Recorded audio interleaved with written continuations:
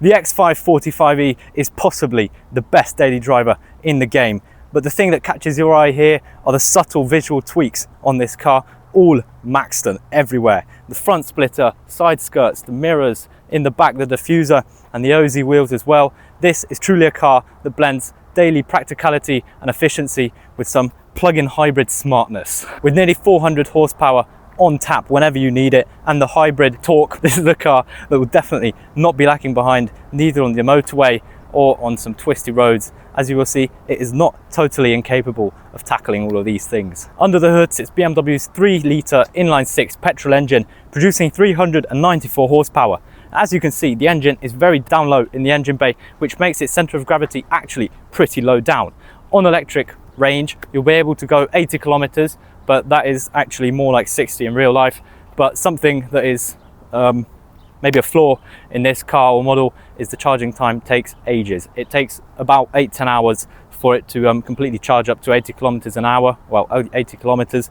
So that might be a setback, but for everyday driving, you'll be driving mostly on electric power, which is very good because it's very efficient and it's something you'll be wanting if this is your daily driver. With 600 Newton meters of torque, this car will get about 5.6 seconds to 100 kilometers an hour, which is pretty rapid for a big SUV. If you're new here, my name is Johnny and this is JM Car Reviews. Visually, this car stands out from most X5 45Es with this blacked out kidney grille, the Maxton front lip, the 50-year anniversary BMW badge, and that's all it in the front. It gives it such an aggressive look. If this is coming behind you on the motorway, you are definitely going to be moving out of the way.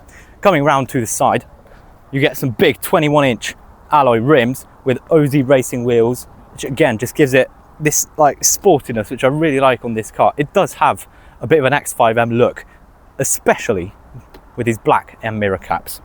And the side profile, obviously this is a huge car. It's about 2.5 tons. It weighs as much as a boat, but it still moves very well.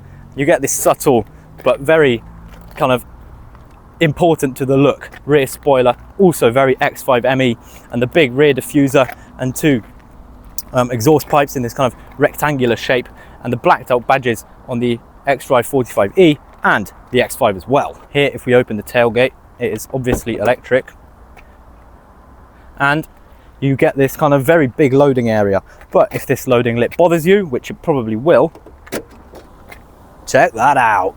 You can either sit on there, kind of pack all your things in. The boot isn't huge, I have to say. It's a very big car, but the boot isn't really big because the space in the back is even bigger. But it's a very nice little area, and you do have some underboot storage for the electric shenanigans, for all the you know, charging and all sorts, and the hat rack as well. Another important thing on this X5 is it has air suspension. It's adjustable by about 15-20 centimeters, well, more like 10-15 centimeters. So again, if you want to go off-roading for some reason in this car, you have a farm maybe, then you can definitely do that. It can get lowered or raised by a few centimeters to, you know, just diversify the use of this car. Inside, the cabin combines tech and luxury flawlessly. These seats are the most comfortable thing I have ever sat in. They're heated and ventilated. Obviously, you've got this very nice brown leather.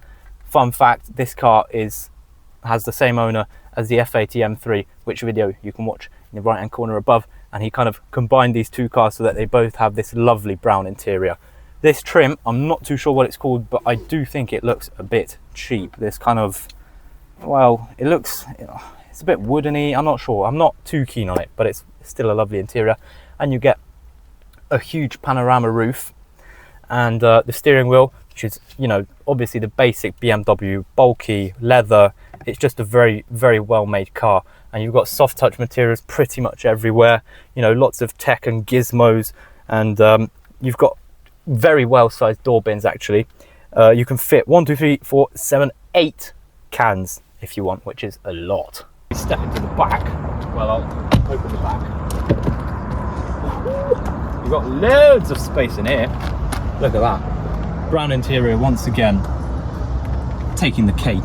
It is absolutely gorgeous. You've got these very, very plushy leather seats, and also some very nicely sized door bins. Obviously, electric and automatic windows here as well. A very good sound system as well to listen to your music as loud as you want. So, getting into the interior of this X5, the kind of driving it in comfort is like there's very few things that I can imagine that are more comfortable than this. It is so quiet. It's such a drastic change after sitting in that RS3, which video you can watch soon on the right hand corner. No, actually you can't watch it because it's not out yet.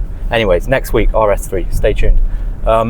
So sitting into this after the RS3 is such refreshment. It's cold, it's nice, the seats are plushy and comfortable, it's super quiet. Also the speaker system is absolutely fantastic, and the kind of driving position or seating position in this car makes you feel like an absolute boss, basically, because it's absolutely massive, and you've got this huge panorama roof as well. I hope you can see that up there, which also, it just gives the cabin a really light, lovely feel. And yeah, it's just, in comfort, the perfect quietness and calmness. It's so refined, so luxurious. I really, really like it. And I think for a daily car, there are very, very, very few cars that are better than this, if any, because the steering is super light. The kind of hybrid technology makes it absolutely brilliant in efficiency tests, obviously. But when you put it in sport mode, it actually moves. So that's something that's good. But a few things I have heard about this car, which, well, flaws basically, is the fact that if you're running on purely EV mode, so electric mode, and then you floor it because you may be overtaking somebody on the motorway, the combustion engine stays cold. So you're kind of flooring it on a cold engine, and my mechanical sympathy inside says that's not the best thing, but I guess it's probably figured out. It is a BMW. That's just something I think and that I've heard of. And the suspension is so lovely. It's plushy and smooth, and you can do use the air suspension as well to lift it or lower it, but it just feels like a limousine. It's brilliant. So the change between electric and combustion engine is so smooth, and now even in sports mode, we'll give it some beans, it's warmed up a bit, but the pickup is so good. It's like, it surprises me every single time that this is a 2.5 ton car, and you know, even if it's fully packed, it might even be more, and it's just so, like, you don't need anything more for everyday driving and motorway trips and family trips. It's just all you could ever wish for, basically. It's big, it's quiet, it's efficient. You can get incredibly good mileage with it, well, fuel efficiency, because of the reason that it's a hybrid and it can run on purely hybrid energy. Basically, if you use it maybe in the city every day, and I don't know, you plug it in every evening, then you'll literally get 2 or 3 litres per 100 kilometers with it, because it's like you won't use any fuel. So that's something I really like about this car, and it's just making me want one more and more when I grow up. It's just, again, a dream car, just in a different way than, you know, the sports cars, but it's a fantastic car, it really is. If you put it into sports mode, however, you'll get the 400 horsepower, the 6-cylinder sound, and a bit of the more rigid suspension and rawness of the car. It's still not a raw car, not by any means whatsoever. It just kind of slightly more fun, but you don't really want to drive in sports mode all that much, because it's such a lovely car to just cruise around in hybrid mode. It's so quiet. But let's have a look in sports mode. If we give it some beans, it should be pretty good. Wow, yeah, for an SUV, which is 2.5 tons, it moves properly. It's very, very good, and it's still super refined. It's not noisy, it's not annoying, not in sports mode either. It just gives you solid linear acceleration whenever you're going to need it. If you're on the motorway, obviously, again, you have no problem cruising 150, 160, however many kilometers an hour, because it will just do it easily, no problem whatsoever. And yeah, this kind of sport mode is just, I'm not saying it's unnecessary in this car, but you don't really need it, because it's just a lovely car to be in.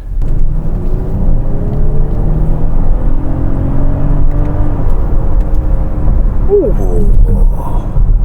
it goes, it still goes, fantastic. It is wicked. I really like this car. This is something you're going to want if you're a big mafia boss. So anyways, it's just such a cool car. It's a different type of cool than the RS3 and the M3. It's one of those cars that gives you that big man feelings. It gives you back your manliness, and it will make you feel absolutely brilliant just sitting up here above everybody.